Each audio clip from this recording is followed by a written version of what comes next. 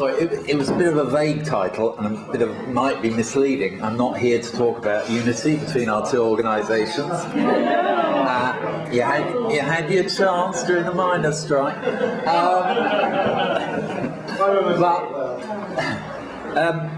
What I'm going to talk on really is sort of how I think revolutionaries should respond to the combination of the SWP's unity letter and the No to EU initiative, or post-No to EU initiative that's being developed, and really a bit on what lessons we can learn of the attempts to forge some sort of united alliance against Labour over the last period, which is what I'm going to talk about.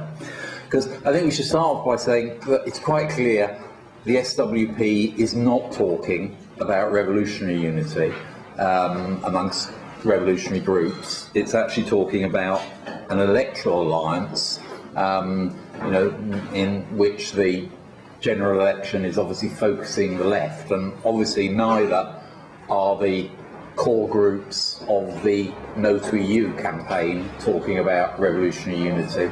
That is the Socialist Party, the CPB, the Communist Party of Britain, and the RMT, the Rail, Maritime and Transport Union. What they're talking about is how to bring together some sort of alternative to Labour at the coming general election, which probably will be in May next year. And I think the first thing one should say is that if you look back to 1997, when Labour was elected, we've had a series of failed projects, organisations that have attempted to pose an alternative to a neoliberal New Labour Party. We've had the Socialist Labour Party of Arthur Scargill, we've had the Scottish Socialist Party, we've had the Socialist Alliance, we've had Respect, all of which in one form or another tried to build a united left movement in Britain, to sort of try and develop a alternative to the Labour Party. And what one can say is that, in fact, out of that, if you look at the wreckage of those several attempts, you can say that the British left has done very badly over that period. In fact, the far left in Britain is probably smaller now than it was in 1997. And in some ways that's not surprising, because I think what the British left has shown is generally, historically, that it's very unable to grow and develop under a reformist government. It's very good at growing under Tory governments when it manages to,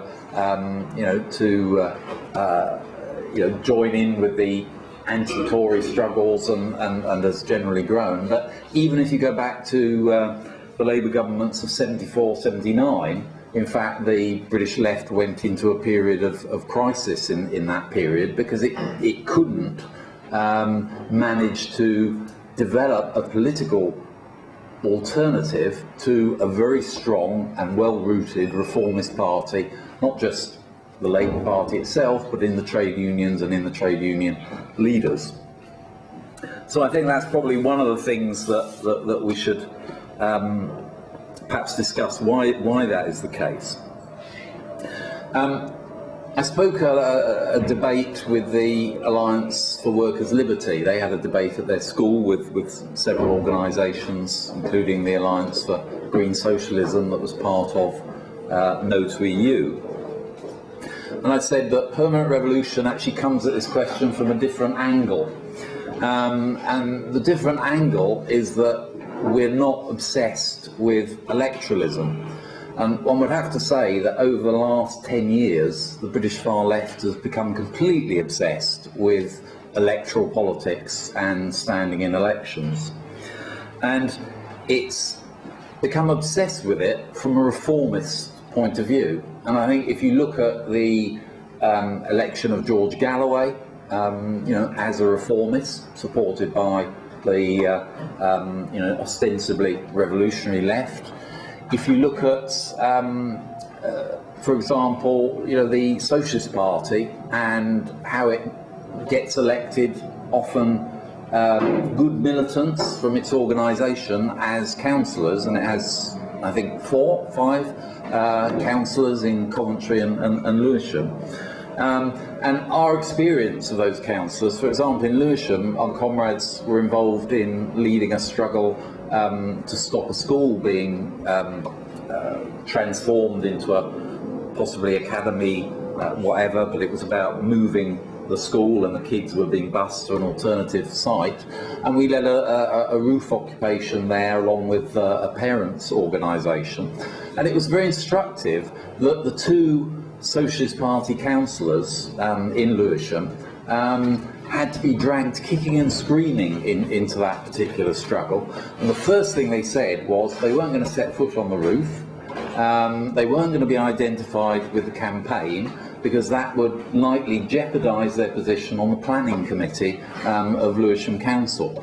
And once they'd lost their independence, they couldn't sort of, come in. And I think it just sums up a perspective that, in fact, the Socialist Party, when it gets into these positions in local councils, it has virtually a perspective indistinguishable from reformism.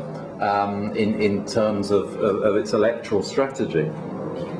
Now, we start from a very different method, in the sense that we think the Marxist method in relation to elections is that general elections are very important political events where the working class as a whole is faced with political choices, and it will be in May. It'll be faced with the political choice of, do we elect a Tory government that's going to introduce swinging cuts into the public services, or do we elect the Labour, Party, Labour government that has, carried on over the last period, both its reactionary wars, plus its, putting in very large resources into the National Health Service and expanding other public sector purposes. And the key debate in the coming election is going to be who's going to pay for the crisis, who's going to pay for the dramatic debts that the government has taken on with bailing out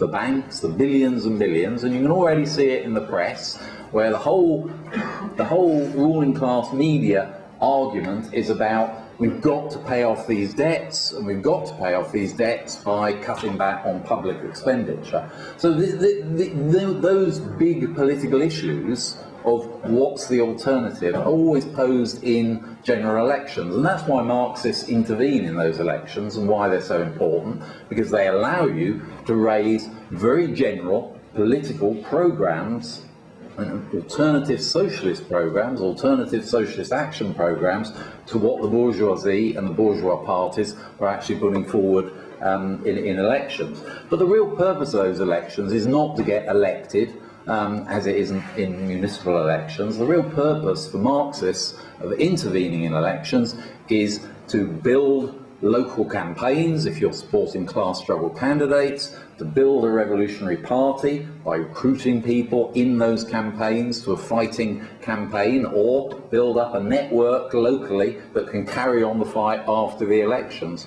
The least important thing in those elections is the large number of votes or the attempt to win a position, although votes do register your political support and do register support for alternative socialist and revolutionary programmes, which is important. So in that sense, when the Socialist Workers' Party suggested that, or put forward its unity proposal, that everyone should come together and struggle, and it was clearly from the point of view we should come together and struggle for an alliance in the next election, to fight both Labour and the Conservatives and put forward a left or alternative. We said, you've actually got this the wrong way round. You're not going to strengthen working class organisations and working class struggle by concentrating on the elections. In fact, it's the other way around. If you want unity, the point of unity is to have unity in struggle, and out of that unity in struggle will come the possibility of making an electoral intervention more successful, or building a new left organisation. The reply we sent to the SWP is at the back if anyone wants to have a look at it, and I'll just summarise briefly what we said. We said we need to start from unity in action. And what does that mean? It actually means addressing some of the real problems of the far left and how the far left has actually alienated significant numbers of militant workers from the left itself.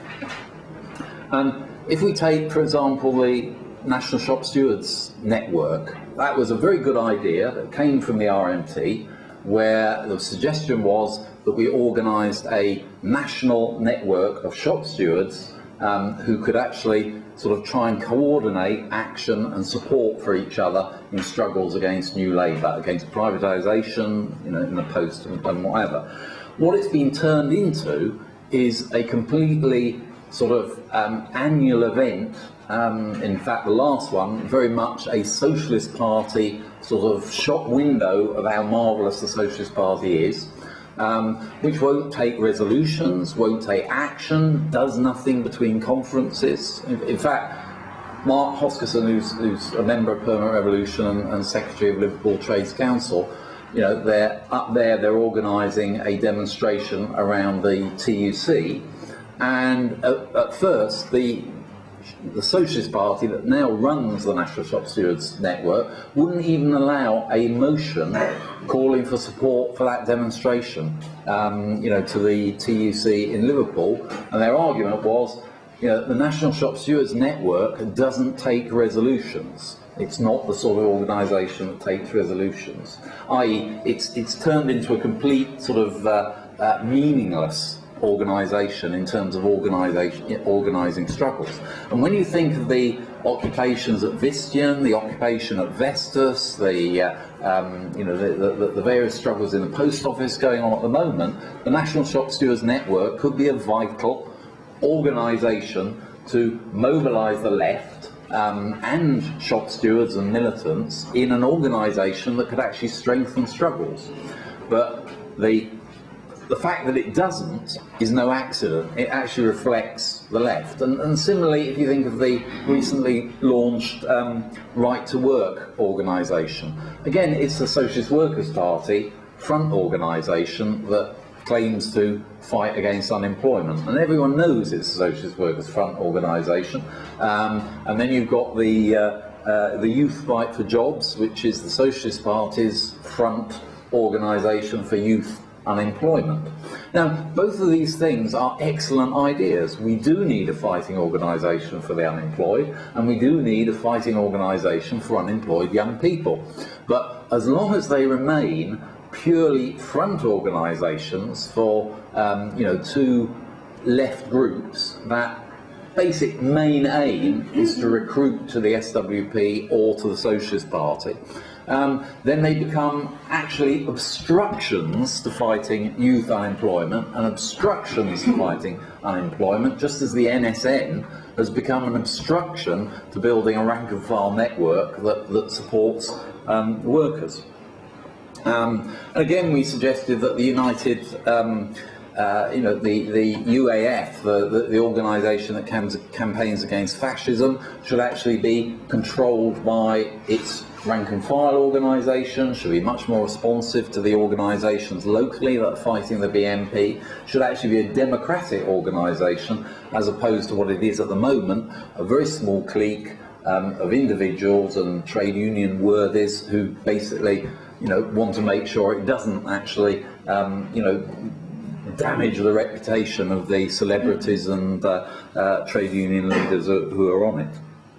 And finally, we said in the student movement, we think it is not only stupid, but it is criminal that every year we build individual organisations that are in fact front organisations for all the different left groups. So you can turn up at Freshers as a young student and you can have your pick between the Socialist Workers Student Society, the Socialist Party's Student Society, the AWL's campaign for free education, the CPGB's Communist Students, and I could reel off any number of student organisations, and all these are completely separate.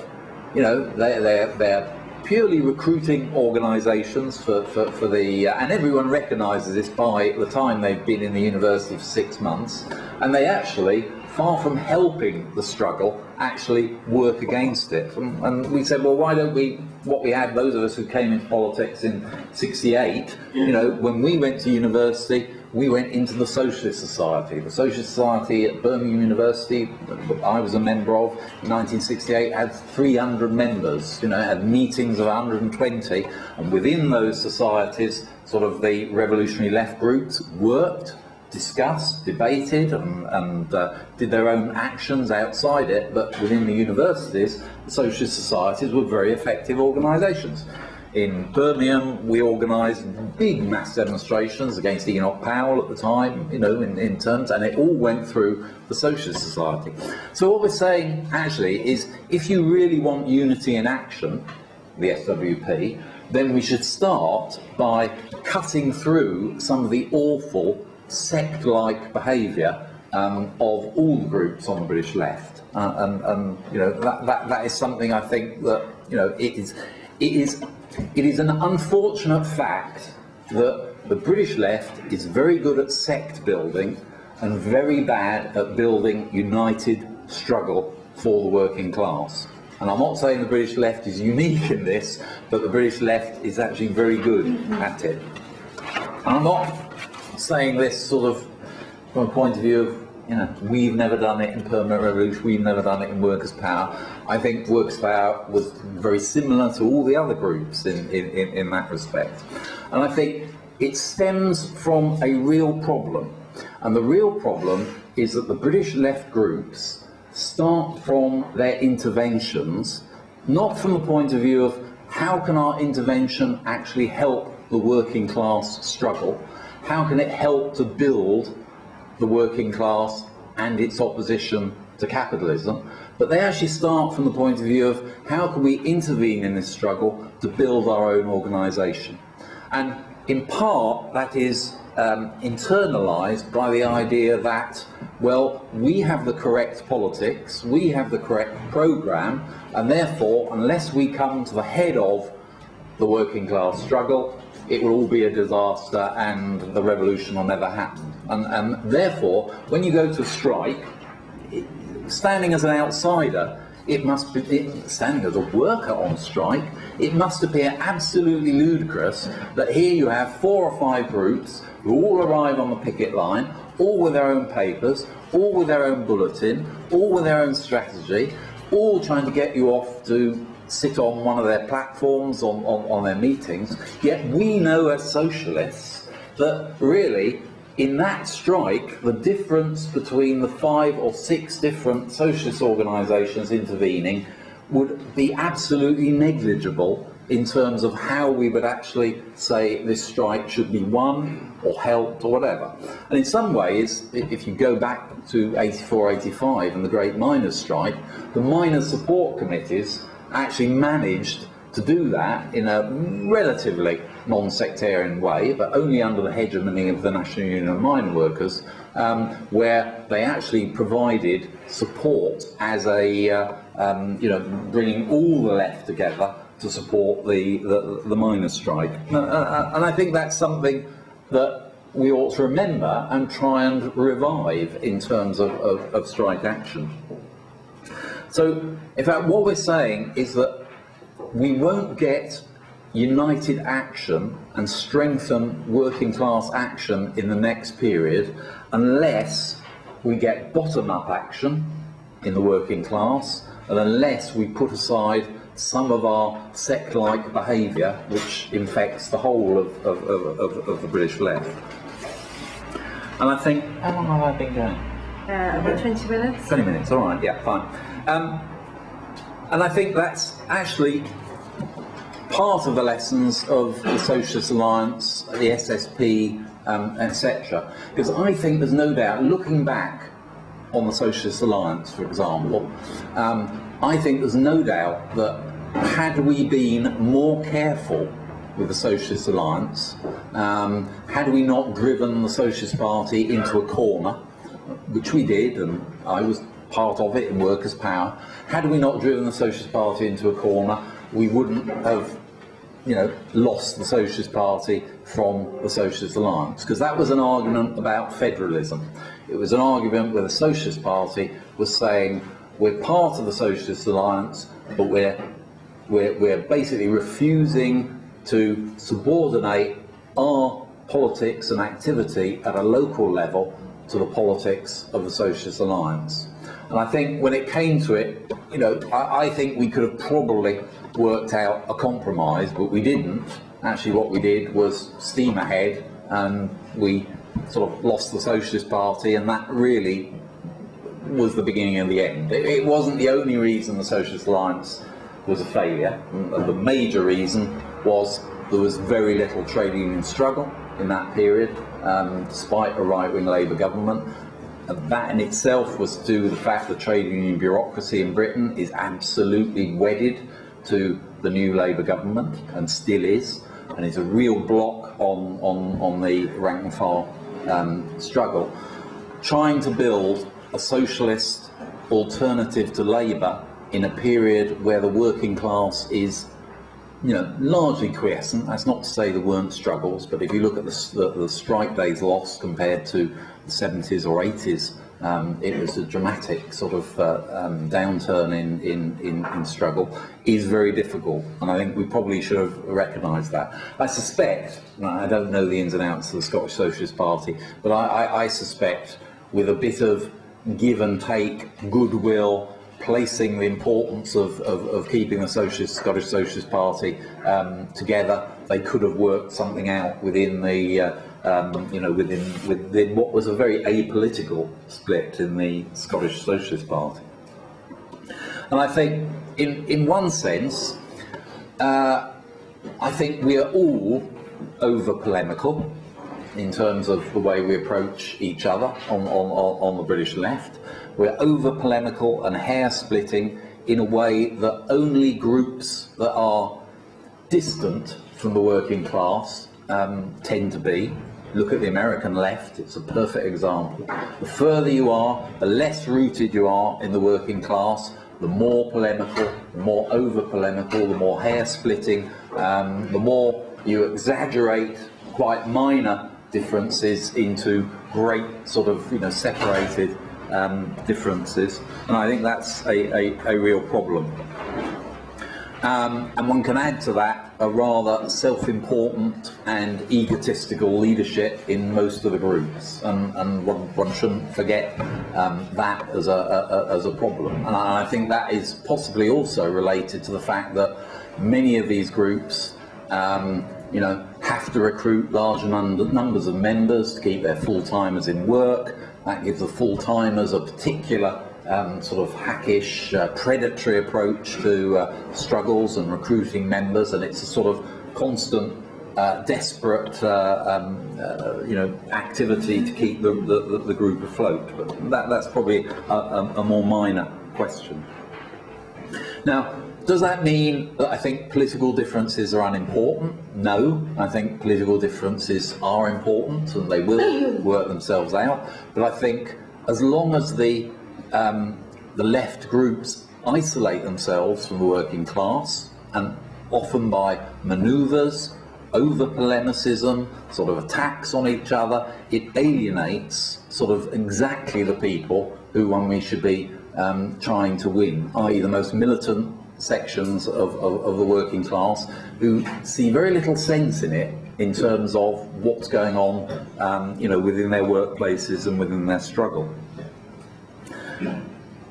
Finally, just to finish, I don't think the far left is going to change its spots overnight. I suspect we won't be dealing with an ideal situation where everyone says, yes, that's an excellent idea, we'll all come together, we'll all be friendly and not attack each other. I don't think we're going to face that.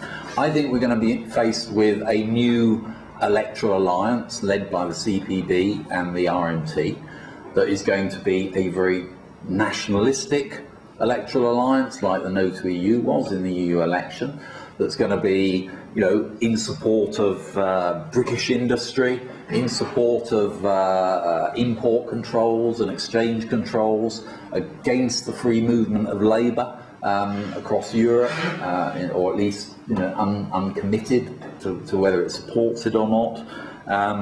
And it's going to be a sort of repeat, if comrades from my generation know, of the alternative economic strategy that was around in the 1970s, supported by the Communist Party and the Labour left then. And the question is, how can we prevent that? This is a very weak movement that's coming out of the No to EU. It got 1% in the election. It's insignificant in terms of its its support, and it knows it, and therefore it's going to look for support from the left, or at least the Socialist Party is, because it needs left allies in relation to the Stalinist wing of No to EU. And I think what we've got to do is locally, where we can, is link up struggles that are going on and prevent what is clearly becoming a carve up of seats. Who's going to stand where is already being decided in rooms like this, behind closed doors, with no people invited apart from the CPB, etc. The CPB is going to stand 10 candidates. They're already saying where the candidate's going to stand. The SP is going to stand a certain number of candidates. The AGS, they're already working out between them which constituencies they're going to put up their members. And this is going to be an absolute disaster. It's going to be an absolute disaster because these groups have no base in the working class. And therefore, I think what we've got to do is actually campaign in this alliance, or with this alliance, or against this alliance, depending how it turns out, to say we don't want a carve-up, we don't want a repeat of No to EU. Actually, what we demand is that you convene workers' conferences in every area, involving not only the trade unions, the trades councils, but also the campaigns, the parents' campaigns, the anti-privatisation of schools campaigns, and that we should have one conference, maybe 2, 3 conferences, where we talk about how we can struggle in united fashion, and we also talk about, at the appropriate time, who is going to stand, to represent us in a particular constituency. And we're not going to have these carve-ups. We're going to have a workers' primary in which these organisations actually decide which is the best candidate. And it might be a CPB candidate, and it might be sort of a Socialist Party candidate, but it might be someone else. It might be someone with a record of struggle in the trade unions, in a parents group, in the post office, who is a member of no group. And I think in that sense, having class struggle candidates standing, representing real fighting forces on the ground would actually be a more realistic fighting alliance against Labour and the coming Tory government than a series of stitch-ups between the far left sects. And I think what we should have our eyes on is not the general election, but in fact what happens after the general election and how we can develop these campaigns and workers' struggles in the coming period, because it is undoubtedly the case we are going to be facing a vicious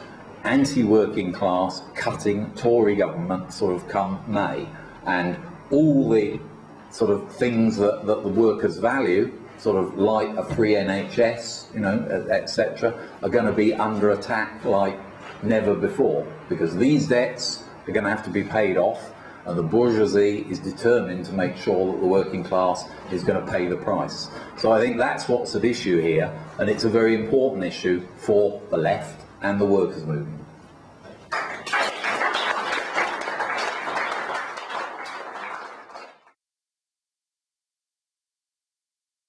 Revolutionary unity fine, but wrong talk. As I said at the beginning, this isn't. I wasn't giving a talk about how we get revolutionary unity amongst existing groups. No, I'd give you an interesting talk on that, and it would be very different. What I was talking about is how we respond, as Alan said, to a initiative sort of launched by the centrists and the reformists of the CPB. And therefore that is the question before us at the moment. Now, you know, I suspect if we got round to discussing revolutionary unity and how we bring revolutionary groups together, I suspect I will have PR might have a much narrower understanding of what, you know, you can unite programmatically than the CBGB does, you know, because that would be a matter of, you know, programme and how we unite on a, you know, revolutionary communist programme, which is a different question. I'm quite happy to go into it in some time. But you see, I think, you know, I would have thought there are some lessons, you know, right, if we're going to relate to workers' organisations and workers' sort of, you know, struggles, then the fact is that, you know, as materialists, we know that people's ideas change in action. You know, they don't change by presenting them with a long article on the nature of the Soviet Union or a long article on revolutionary unity. Intellectuals do. You can present you can happily sort of, you know, talk, but for workers primarily, you have to, you know, and this actually includes sort of, you know, the rank and file of the Socialist Workers' Party as much as anybody. You know, they will learn in action, and therefore we need to get sort of, you know, we need to get these people involved in common action. And I think that's where the democracy comes in, because unless we get common action and democracy in that common action, we won't have a chance of convincing people of how we go forward. And the fact of the matter is, you know, that Lenin never said sort of, you know, that socialism was top down. What he did say was that social democratic ideas came into the working class from without. And what he meant by that was Marxist ideas come into the working class from the Revolutionary Party, which is not separate to the working class, but actually represents its vanguard and its most militant sort of sectors. And I think that is what, you know, we actually have to argue. And I think, you know, in terms of Mike's point about somehow it's sectional and economist to chase whatever is moving, but it's somehow revolutionary and class struggle to go canvassing and sort of I'm sorry, I've done lots of canvassing for the Labour Party and various sort of people, and I can tell you, you know, and the Socialist Alliance, you know, that those two things aren't, you know, as Mike says, because the fact is that, you know, chasing whatever is moving is in fact, another way of saying that is socialists involving themselves in struggle, and therefore where there are strikes and where there are occupations, sort of socialists need to intervene in it, because that's where workers, you know, develop political new ideas, and that's where they come into action against capitalism, and that's where socialists should be. So I'm afraid that is where we should be. And I think, again, Jack's idea that you know, the left happily cooperates around, you know, strikes and occupations. I'm afraid he's obviously got no experience of being with the left on strikes and occupations. They actually spend their time trying to cut each other's throats in these strikes and occupations and recruiting to their own organisation. And in fact, at Vistian, it was the libertarians and anarchists who tried to get a cooperative sort of, you know, solidarity thing. Certainly not the Socialist Party or the SWP or the rest of the left. It's a minor point about the over-polemical thing, but I do think I think again, Mike's wrong. You read sort of, the polemics in the social democracy.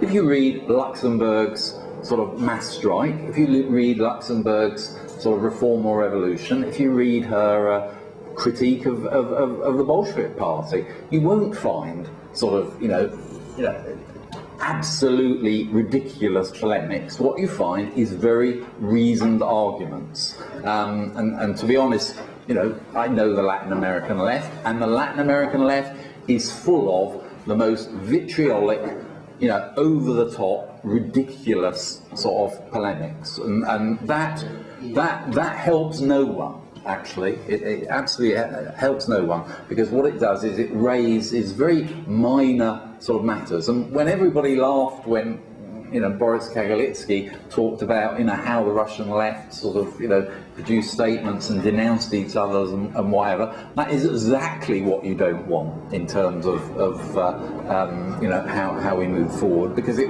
won't get us very far. So that's all I was saying in that sense. I was going to say it was exactly the same if you talk to some of the Vistian workers who are in occupation, in terms of how they saw the world and how they were interested in socialist ideas because they had moved into action and struggle. Intellectuals quite often come to socialism from a different direction. They sometimes come to socialism via books and articles, because they're not exactly the same. I mean, different people come to socialism in different ways. That was all I was saying. So let's not have the caricatures. Just in terms of exaggerated polemics. To be honest, I've just told Mark I'd attack him while he's not here. It is an exaggerated polemic to say that the Socialist Alliance represented warmed over Labourism. It's ridiculous. The Socialist Alliance actually had a very left-wing programme. It was a centrist programme, centrist in the sense that it wasn't clear about revolution and reform and the difference, but it was a very left-wing programme. It's certainly as left-wing as Kautsky was in the post-First World War period, i.e. it was a centrist programme, and we shouldn't confuse a Labourist programme with a centre. It is a polemical over-exaggeration that we should avoid. And to be honest, Luxembourg, I'm sure, said very polemical things in the Social Democratic conferences. What I said was, read when, Rosa Luxemburg was addressing the party as a whole and the working class as a whole. And if you read Reform or Revolution, and if you read the mass strike, you won't find the same polemical sort of rudeness that you find at a social democratic congress. It's a different, and that, I think, if revolutionaries don't understand that, then they risk just sort of alienating workers who are not sort of, and generally sort of people who are not party members, sort of, in that sense. Right. See, I'm surprised the CPGB is opposed to action conferences and workers' primaries, because that is the point where revolutionaries intervene and argue a revolutionary action programme. Because unless we have those democratic forums, we won't be able to argue our Marxist politics or achieve revolutionary unity. And Mark made a very good point. In the minor support committees, we had all those arguments out. We had the arguments about the general, I'm talking on the Lambeth experience here, on the general strike, on collections versus solidarity action, on sort of, how we took the strike forward, in terms of self-defence and picket defence squads, we had all those arguments precisely because we had committees that included NUM members and all the left and workers who were in support of the strike. We had those forums where we could have those arguments out. I mean, that's all we're proposing, and this is nothing new from Permanent Revolution. We argued this in Workers' Power as well. And you see, what I fear is when you listen to the comrades from the CPGB, they clearly have no tactics towards the no to EU process or the SWP's unity letter. I mean, maybe you'll have it on the eve of the general election, like you develop your tactics on the eve of the European elections, but clearly you've got no tactics at the moment in how you address that, and all you've got actually is more of the same.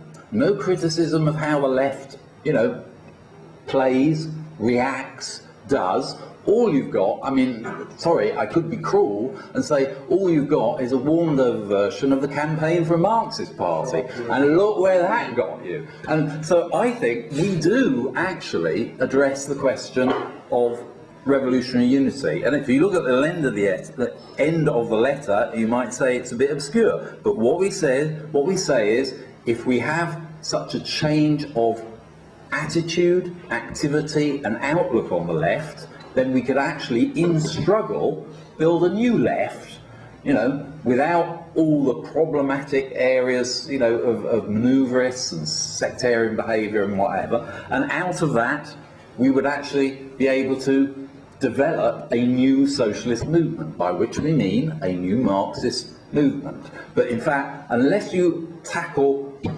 the situation we're faced with, not as we'd like it to be, and the situation we're faced with is we are going to be we are faced with a unity offensive by the SWP and a movement, by the Socialist Party, a very important militant trade union, the RMT, and the Socialist Party towards some sort of new left alliance. And to be honest, if you haven't developed a tactic towards those things yet, you're very slow off the mark, comrades.